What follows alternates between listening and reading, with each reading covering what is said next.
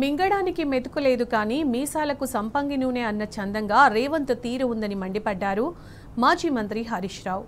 OU law college మెస్లో పాడైపోయిన అన్నం పెడుతున్నారని విద్యార్థులు రోడ్డెక్కి ఆందోళన చేయడం కాంగ్రెస్ పాలనలో విద్యా వ్యవస్థ దుస్థితికి అద్దం పడుతోందన్నారు.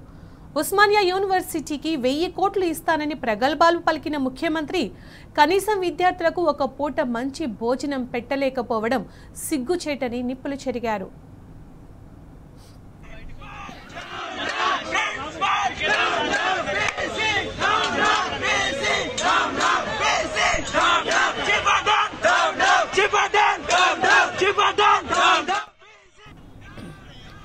ప్రభుత్వ బడుల్లో మధ్యాహ్న భోజనంలో గొడ్డు కారం, గురుకులాల్లో పురుగుల అన్నం, ఇప్పుడు యూనివర్సిటీలో పాడైపోయిన భోజనం.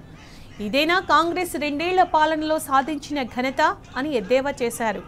యూనివర్సిటీ పర్యవేక్షణలో అడుగడుగునా ప్రభుత్వ నిర్లక్ష్యం స్పష్టమవుతోందని ఆగ్రహం వ్యక్తం చేశారు.